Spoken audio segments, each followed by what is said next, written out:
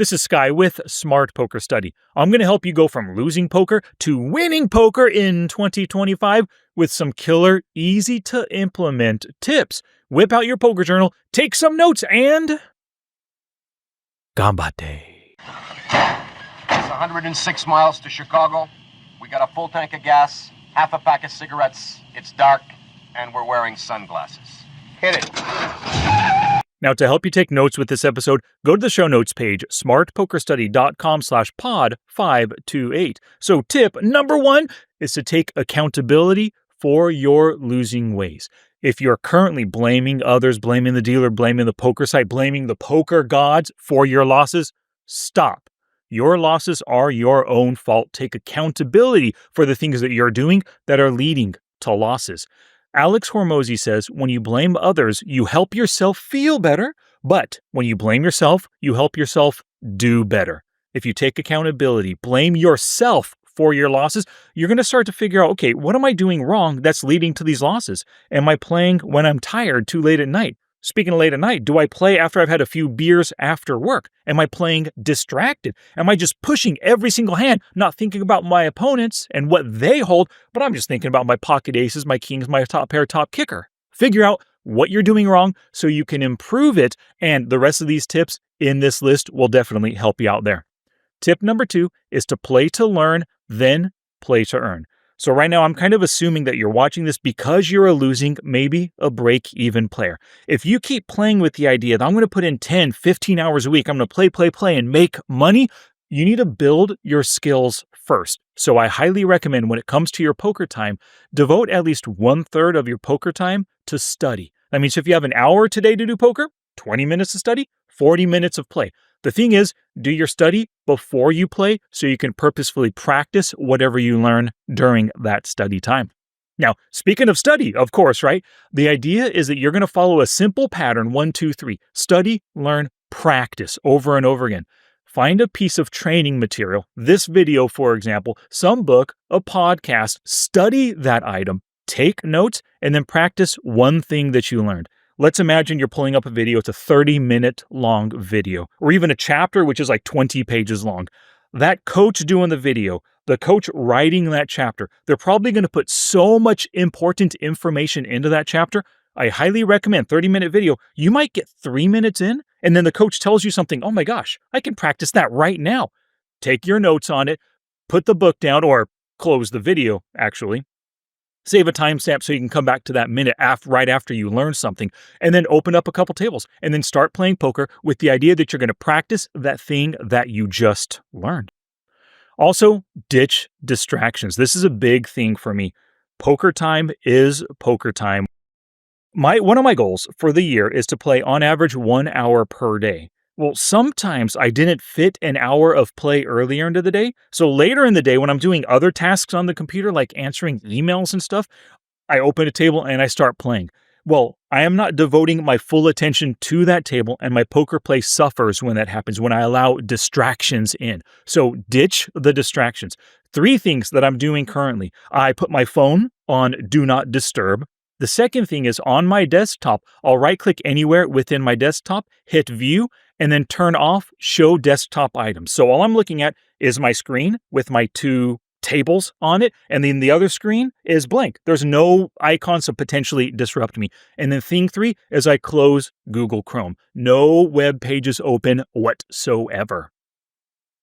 Tip number 5 here is to play only 1 or 2 tables. Now, this goes along with the idea that you are playing to learn and then you're playing to earn. What you need to do with only 1 or 2 tables, right? You're trying to work on your skills. You're learning new strategies. You need to implement those strategies.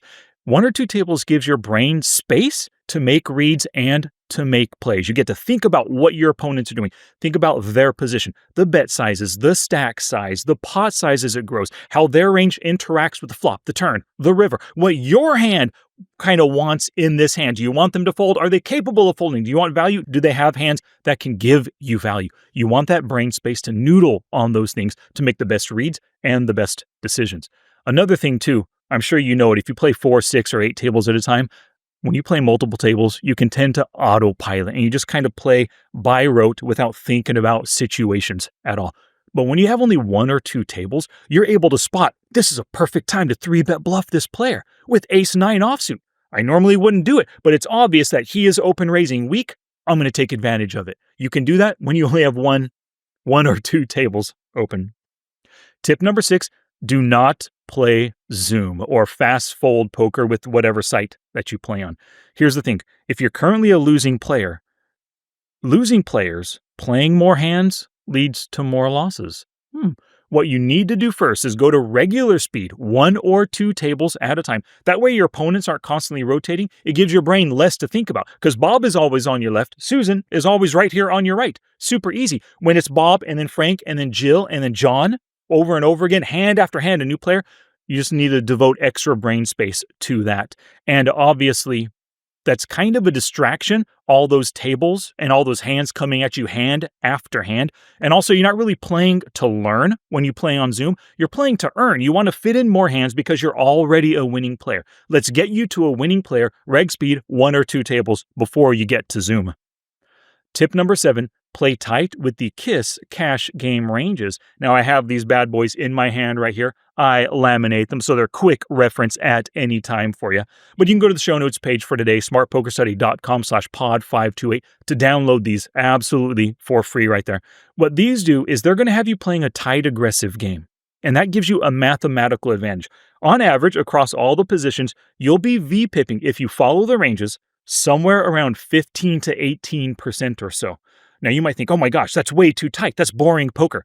It isn't boring because you're paying attention. You're trying to play the player. You're making reads like your mind is occupied with what's going on at the table, watching the action when you're not involved, devising exploits to use against your opponents. So it's not boring as long as you're using your brain actively when you're not involved in a hand.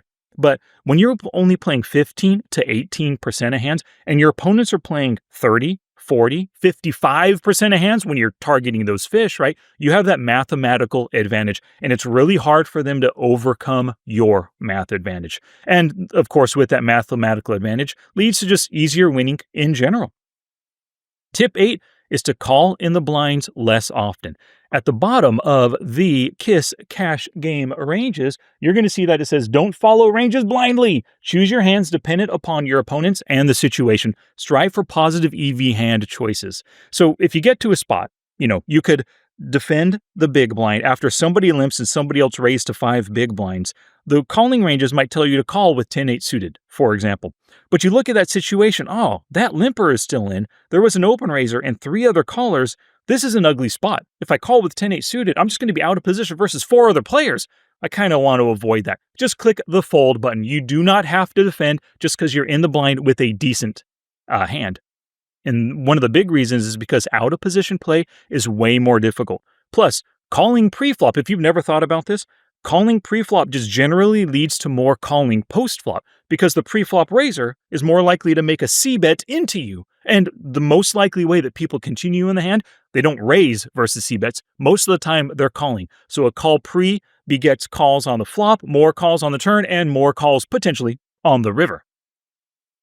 Tip number 9, always have a steal plan before calling either pre or post flop. Now, I don't care if you have a gut shot plus a flush draw and 2 overcards. You might not hit your draw, your flopped draw right there. When you check, they bet, and you call. Have a plan. What street is your opponent honest on? What's he likely to do on the turn? What cards are good for you on the turn versus what cards are good for him? If he double barrels on the turn and maybe goes small, can you check raise him if you didn't hit your straight, your overpair, or your flush? Think about stealing before you even click that call. It doesn't matter the hand. It doesn't matter how good it is. Think about it first. Try to plan a steal. Because here's the thing. You're always going to miss the flop. Even if a hand seems like a slam dunk call pre-flop, 10 jack suited out of the big blind, sure, I'm going to defend against a button open raiser right there. But I don't want to just plan on hitting a flush, hitting a straight, hitting 2 pair, hitting a top pair. Most likely, with jack 10 suited, the flop's going to come ace high, it's going to come 8 high, and I'm going to absolutely whiff no flush draw either. How can I steal it from this player? Forces you to play the player and think about them specifically too. Because you're going to miss, plan for how you can steal from the villain. That is a key idea. You're not just stealing from Johnny Nobody. Like, the open raiser in the cutoff, you're playing at a reg speed table, you've seen 30 hands against him. what are his post-flop tendencies when he's in position as the c-better? It's going to help you plan your steals. Tip number 10, play more hands aggressively in position. Earlier, when I said whip out the KISS cash game ranges and use them, I said you're probably going to be playing 15 to 18%. Well, if that's boring to you and you do want to play more, that's fine. At the bottom of it, it says play your hands. Choose your hands dependent upon your opponents and the situation. If you want to play more hands, all right, do it aggressively in position. Instead of limping in the MP, go ahead and open raise. Instead of over limping, ISO raise that player. Be aggressive with your hand. Instead of making a call, the MP opens, you're in the cutoff. Instead of calling, 3-bet instead. Get aggressive with the hand outside of the ranges. As long as you're doing it aggressively, it's okay. And you have good reason for it. I don't want you to 3-bet willy-nilly just in the cutoff. I have queen 9 suited, I'm going to 3-bet. No. You want to see that your opponent can fold, and if he doesn't fold and you get to the flop, how can you steal potentially with that queen 9 suited against that specific villain? And then instead of overcalling, can I squeeze 3-bet here? Can they both fold if I come over the top? Tip number 11, table select to find the fish. That is absolutely a key aspect to getting profitable. More fish equals more fun, equals profits, and also easier play. Let's take a look at this hand right here, this pocket queen's hand. So if we look around the table, I've got queen's lovely hand, right? Directly to my left, 57-43, he's 3-bet 25%, 1 out of 4. Raising first and 67%, calling 25%. I know it's a small sample, but he really does look like a fish. He plays a ton of hands, plays them aggressively, does a lot of calling as well. A good player to have at your table. Another one, 57/0. It's only 7 hands, but you go with what you know. He's looking potentially like a fish. 43-14, hey, another fish. At this table, I have 3 fish to potentially target. And speaking of targeting the fish, get value while the getting is good. One of my favorite sayings, especially at the micro and the low stakes. Look at all these fish on this table. They hate folding with any pair and any draw. Get value while the getting's good. No slow playing versus fish when you know they can call with worse hands. Let's take a look at this hand right here. We opened a 3, a call, a fold, and another call. Multi-way in middle position here. Jack 9-7. Ooh, quite the wet board. Check. We've got the overpair, backdoor flush draw, backdoor straight draw as well. We have to bet for value. We're going roughly 2/3, 6 into 9.5. Oh, fishy caller. Second fishy caller. Like, how bad would it have been if we had just checked right there? The button probably would have checked behind. That's 12 big blinds I would have potentially missed out on had I slow played. Whoa, we got trip queens. We're loving this. A set of queens, obviously, right? Check. You got to get value once again while the getting's good. Do not be tempted to slow play even with a monster hand. Look how wet that board is. I don't want to check and let them catch a free heart, 8, 10, king on the river. No. We're not letting that happen. We come in 18 to 27.5. We get a call. Oh, and another call. I'm loving this. 36 extra big blinds of value right here. The pot is 81.5 big blinds. We have 71.7 big blinds. And the river comes a jack, making the final board Jack, 9, 7, Queen, Jack. We have queens full of jacks right now. There's no way. I'm just letting this player look. In the past, 0 out of 1 betting on the river. I'm not going to check and, try to rely on him betting his last 53 big blinds into the 81 big blind pot. No way. I got to get value. I'm shoving in 71.7 big blinds. Drat. The button player decided to fold, but the player in the big blind with 115 big blinds in his stack still decides to call. Awesome. And he turns over. I have the whole cards exposed. Let me get it for you. Look at that. Queens full of jacks. He checks. We come out firing 71. The 7-9-2 pair gets kind of counterfeited by a pair of jacks on the board. He decides to get out. He wised up right here. But that 5-7 suited, he says, maybe my opponent has ace-king, has ace-10, a busted flush draw. Maybe my 4th pair could win. And he called and just doubled me up. This is why 2 things. First, you table select to find the fish, and then you must also get value while the getting's good when you're involved in those hands with the fish. Tip number 13, if they are weak, you must steal from them. So if they would have bet for value or protection or with a solid draw, but they checked instead, you must make the steal. I've got a hand right here where I had pocket 5s. Let's take a look. Under the gun, open raises. I defend out of the big blind. It's just one extra big blind with my pocket fives, trying to set mine. But remember, before I make this call right here, you have to plan to steal. I'm probably not going to hit a set. I only hit a set 11% of the time. That means 89% of the time, I'm probably going to be check folding, depending on what the board is and what my opponent does, right? Pocket fives to the flop on a 9, 10, 8 with 2 spades. That is as wet as a board can get. We check. Oh, he checks back. I guarantee, look at this player. He's a 35-25, loose aggressive player. He does not want to check back. And if we have any piece of this 9, 10, 8 with 2 spades, he doesn't want a spade to come off. He doesn't want a 6, a 7, a jack, a queen, but doesn't want any of those cards to hit. Probably doesn't even want to see a 10 right there because he doesn't have a 10. I guarantee he would have bet with top pair in this spot. His check back, absolute weakness. Another 9 hits on the turn. We come out firing 3 into 4.5, trying to bluff him off his hand. Also, deny any equity if he has an ace, king, queen, high hand. We don't want him to hit for free on the river, right? Boom, he folds. We took that bad boy down. Now, tip number 14, finally learn that software. Whatever that is that you want to learn that's going to help you study more or maybe play better in-game if it's Poker Tracker 4 with the HUD, right? So maybe Flopzilla Pro, Poker Tracker 4, GTO Plus, whatever it is, take the next month to use that program every single day. Find some training videos online. If you want to learn Flopzilla Pro or Poker Tracker 4, I actually sell courses to learn those. Links in the description down below. And so, of course, like with Flopzilla Pro, for example, we can actually put in our opponent's range in this pocket fives hand right here, enter the board, and see what parts of his range are actually folding. And by using Flopzilla Pro, I can see he's folding 91.5% of the time. If I hadn't had made this bluff and I wanted to analyze this hand later, boom, I'm learning that, yeah, bluffing this turn is mandatory because he's folding 91.5% of his range. You can find spot after spot like this by utilizing Flopzilla Pro and going through your hand. So whatever that software is, take the next month, the next 30 days to practice using it every single day. Now, tip number 15 is study uncomfortability. So you often find spots that you just lack, I guess, understanding and you're uncomfortable getting into. Like ISO raising a limper from out of position and then they call. Oh, I don't know what to do. They have position on me. They got a super wide range for limp calling. Or maybe facing C-bets or facing a check raise. You just don't know how to handle them. Well, what you want to do is put that software to use, whatever you're trying to learn, Flopzilla Pro, Poker Tracker 4, GTO Plus, Poker, Snowy, whatever it might be, and find hands in your database and study those uncomfortable spots utilizing that software. So like I just said, maybe you're uncomfortable and you don't really know when to bet when your opponents show weakness in checking back. You can find a ton of hands like this in your database where you checked and they checked back on the flop. On the turn, you had the chance to lead out, but you didn't. Whip out all those hands. Open up Flopzilla Pro. Range your opponents. Put your hand in. Put the board in and see if you're missing probing opportunities on turns in this specific example. Now, tip number 16, learn to find the fold already. This is a key thing. I recently covered it in a video, link in the description down below. Oftentimes, you just know that you're beat.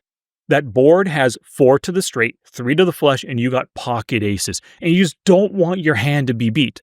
But you just value bet on this river, and he check raised you 3 times your bet. It's pretty obvious on this board that you're beat. You've probably been betting flop, turn, and river after raising pre-flop as well.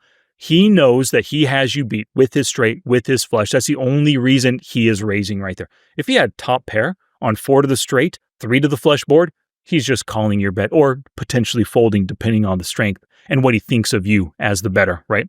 So when you know you're beat, allow yourself to fold. Don't call and say, I gotta look this guy up. No, don't do that. That's going to keep you a losing player for a very long time.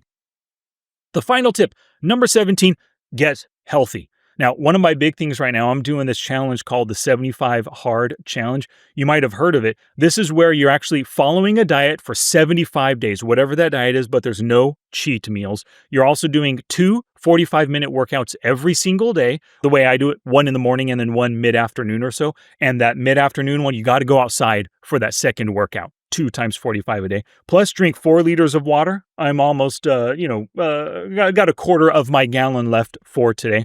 You have to read 10 pages of a book, but not just any book. It has to be a non-fiction book because those fiction books are quite easy to read. Whip out 10 pages easily. And then take a progress picture, like with your cell phone, every single day. And because of this, I am actually, take a look at that bicep, baby. Nice peak on it right there. I'm like Sam Sulek up in the hizzy. So that is what I am doing to get healthy. And the big reason behind that is healthy body leads to a healthy mind, leads in poker to better reads and better decisions, and of course, more wins. So get healthy. Well, there you go. 17 tips for you. Now I want you to take action. 2 action steps for you today. Number 1 is to please like the video if you like the video and comment below with your tip to become profitable in 2025 and subscribe to the channel if you're not already subscribed. And of course, number 2, remember number 3, I talked about study, learn, and practice. Well, do it right meow. Choose one from these 17 tips I gave you and get to work on it right now. I highly recommend tip number 16 was learn to find the fold already. There's a link. The video is popping up on the screen right now or a link in the description down below. Click on it, watch the video, take notes, play some sessions, train yourself to find the fold and save money. That's one step to making money in 2025. I'll see you in the next one.